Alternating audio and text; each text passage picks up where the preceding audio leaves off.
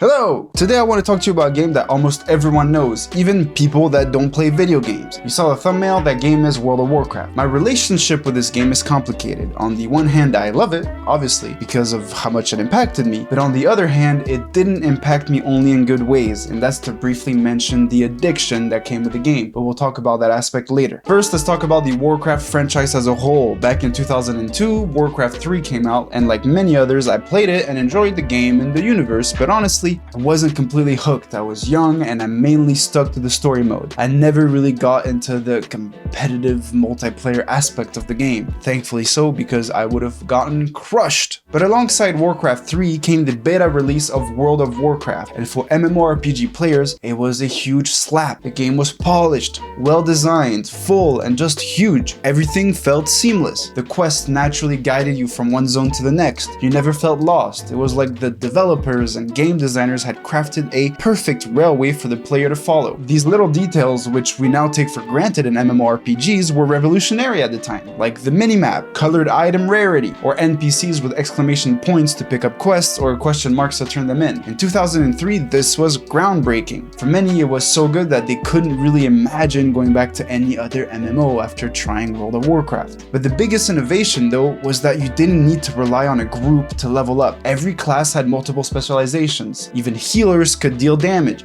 Even DPSs could be tanks, with obviously some exceptions. In other words, World of Warcraft made it possible to enjoy a massively multiplayer game alone, which was a game changer at the time. But for me, what truly set World of Warcraft apart was its atmosphere and its ambiance. Each zone felt like stepping into a completely different world. The dry, arid landscapes of Horde territory, the ominous beauty of the Elwyn Forest for humans, the corrupted woods for the undeads, and the enchanting fairy tale vibes of the Night Elf zones. Every area was unique and full of character. Till this day, there's nothing like that feeling of entering a new zone, opening your map and seeing a bunch of quests waiting for you. You'd mentally plan your route. Okay, I'm gonna clear these mobs here, grab that quest item there, and get those guys on the way back, and then I'll head back to the camp and turn everything in at once. It was simply satisfying. Let me take you back. Imagine, you're in 2006, you just logged in after school, you have nothing to do. Absolutely nothing. Just questing. Nice and easy. No rush. You need weeks to get to the max level, so you're just gonna play. To be frank, it's not really the game that I miss, but the feeling of discovering it for the first time. And more specifically because it brings me back to a time in my life where I had time. The time to just play a game for hours without having something in my head that tells me, oh, hey, I'm just gonna play the game for like just 1 hour. But of course, what marked me the most was the end game. In other words, the game that you've reached at the maximum level. For those of you that don't know, World of Warcraft is a game where you do dungeons to get items that increase your stats to be stronger, which allows you to do more dungeons to get items that increase your stats to get stronger. Really, that's literally what the core of the endgame is. Oh, and let's not forget that your demonic axe forged by the gods of the mountain that took you 6 months to acquire level 60 will be literally worthless than a stick covered in shit that you get in the next expansion at level 62.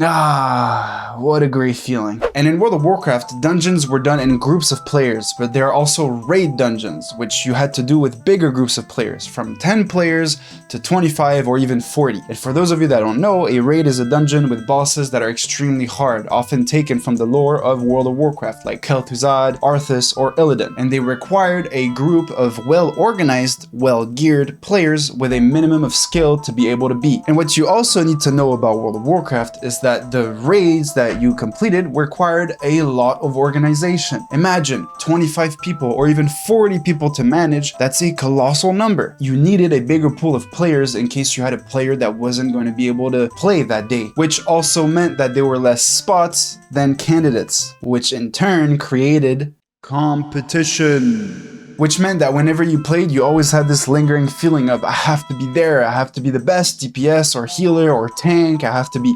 available and I have to show that I'm useful, because if you're not, your spot will be taken, and if the replacement makes it to the raid and the group notice that they play better than you, your spot is gone and it will be given to the new player. Because yeah, that's the point of the game. You have to be performing and you have to be efficient. The point is not to have fun. And on that, I'll quote my past guild master that said, word for word, we're here to clear bosses and win, not to have fun. If you want to have fun and discover the game, go to another guild. So I had this constant fear of getting kicked out of my guild for being a bad mage player that ran away instead of using Frost Nova. And even in a friendly guild, there was always 1 or 2 toxic players that the guild kept around simply because they were good. On top of all that, raiding also demanded preparation. You needed potions, elixirs, and crafted gear, which meant spending even more hours farming materials outside of raiding. For many, this turned World of Warcraft into a full-time job. Many players resorted to buying gold from sketchy Chinese bot accounts just to keep up. And by a certain point, I, with many others, were completely zombified by the game. I'd rush home from school, log in, and prepare for raids. I didn't have time for anything else. I wasn't even having fun anymore. It was just a social obligation to my guild. And this is where World of Warcraft's darker side comes in, the addiction that I mentioned earlier, which, contrarily to what people say, isn't an addiction to video games. It's an addiction to the social relationships created by the video game. Lots of people lived it and still live it today with retail or the reboot of classics, so I'm sending you all my thoughts. I know it can be tough to let go of the game. In the end, World of Warcraft was a double-edged sword. It had its flaws and could consume your life if you weren't careful, but it also brought joy, friendships, and even romantic relationships to countless players. Even my sister's character got married in-game and my father attended the ceremony. Yes, that's actually a true story. Now, this video is entitled A Game That Changed My Life, but it's better to call it The Game That Changed Lives, because you just have to see the difference between games before and after World of Warcraft to understand that this game changed absolutely everything about MMORPGs. It wasn't the first MMORPG, but it dominated the genre so completely that every MMO since has tried to emulate it, for better or for worse. And that's why it will forever stay a game that changed my life and the life of many other gamers. Please don't hesitate to like, comment, and subscribe if you enjoyed the video, and I will catch you in my next one. Peace!